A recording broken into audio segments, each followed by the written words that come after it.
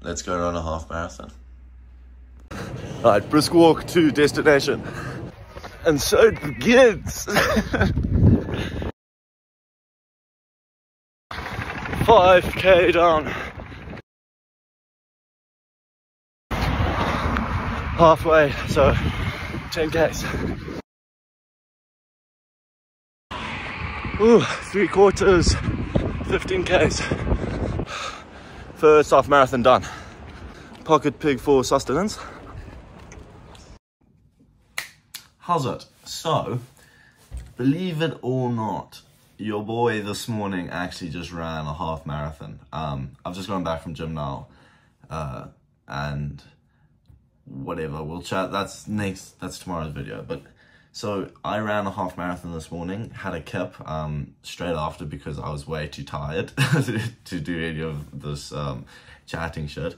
But I thought we might as well go over it a bit. So I didn't record much, clearly by the intro of this, which is me running it. But I just can't record while running, you know, it's kind of a bit of a hassle to talk while running, at least for me. So first half marathon, it's officially the longest I've run in my life. You know, surprisingly not that difficult. That being said, I have been doing quite a bit of running to train and build up to this half marathon, and I've got future goals, but for now, this is quite a big checkpoint that we've reached. But yeah, so I thought I'd go through it. Surprisingly not that difficult, as I just said. Mentally, yes, difficult. Physically, not so much. I didn't really get tired. The only thing that actually like hindered me quite a bit was my ankle. I've always just had a very bad ankle, so to say. Even when I was like young, I've just playing sports and stuff. My ankle would give out quite a bit and it would just make life a bit harder. So I need to go buy a strap. Strap? I need to go buy one of those, you know, ankle guard things, just to help me in the future when I'm running. Which I know is quite a... because I was always told that they're bad for you because they weaken your ankle, which is true, but that's only true if you wear them continuously. So I just need to wear it during runs, and then hopefully my ankle should still be fine and not like get too weak. But knees were surprisingly good, which I didn't quite get because in my previous like 10Ks and 12Ks, my knees gave out a lot. Like they got really sore. But it's weird. It's not very often that I do something that I'm quite proud of myself for, but this was one of those things.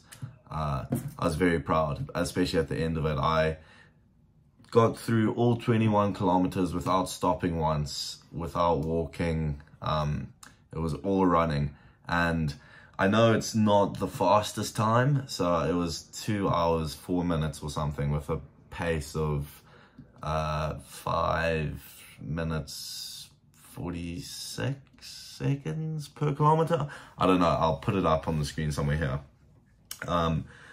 Not the fastest pace, I'm well aware of that, not the fastest time, but it's quite a big feat, at least in my eyes. Not a lot of people can say that they've done a half marathon, which I think is quite a cool thing. Big things for the future though. If you can put 2 and 2 together, I'm sure you can figure it out, but I'm not going to say it until it's done. So there's that.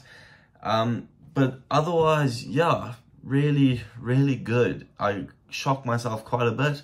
Also, weirdly, my shoulder was really sore after it. I don't really know why. I guess I've got too much mass on my arms, pulling down my flipping shoulder out its socket. But yeah, weirdly, so there was a lot of elevation in this run, and strangely enough, that was my favorite part of the running, was the elevated areas, because I found that with that, especially running on tar, your ankles just go like that, just like that, continuously, and there's not much like range of motion for it, and I think that's obviously what messes my feet up, well, my ankles up at least. And with the elevation, because you're kind of landing like that, you're almost stretching your ankle a bit. And I found that was really, really nice. And I could actually run faster, weirdly, because my ankle wasn't as sore. So at least with the ankle thing, it was fine all the way up until around 15 Ks. And then that's when it kind of went a bit wobbly and my pace went down and whatever. But, you know, it's not the end of the world. I can stretch more, I can do things to prevent it, and hopefully it won't be as bad in the future. But it was really, really shockingly good. There's not like much I can say else about it. Yeah, I did it with my friend, which was nice, so it was motivating and whatever. But otherwise, yeah, it was just a pretty good experience, a pretty good day, you know. And at the end of it, I realized that I'm quite happy with the mental grasp I have on myself, because I went into it knowing I was going to finish. There was no ways I was not going to finish, and I knew there was no ways I was going to stop running at any point. But thinking that and then physically doing it are two very different things, and I was quite happy with it, because obviously there are always moments when you're doing things that are uncomfortable, and there are moments where you like doubt yourself and you want to stop or whatever. But those moments I really just didn't let get to me at all, and I just kind of kept trudging. And like when I would think like that, the thing I'd keep telling myself is, what, bigger paces, and it almost motivated me to run faster, which is quite funny. But I don't know if that's a bit like weird or like psychotic, but if you can kind of find motivation in your discomfort, I think that's quite a good start to being able to conquer almost everything you do. And I'm starting to be able to do that, which I think is quite cool. And hopefully I'll be able to implement into a lot more of the things I find discomfort in, which I think I am able to do. So, I don't know, hopefully this has been able to motivate people a bit and give them a bit of food for thought and things to think about in their lives. But otherwise, thanks for watching, and I hope you have enjoyed.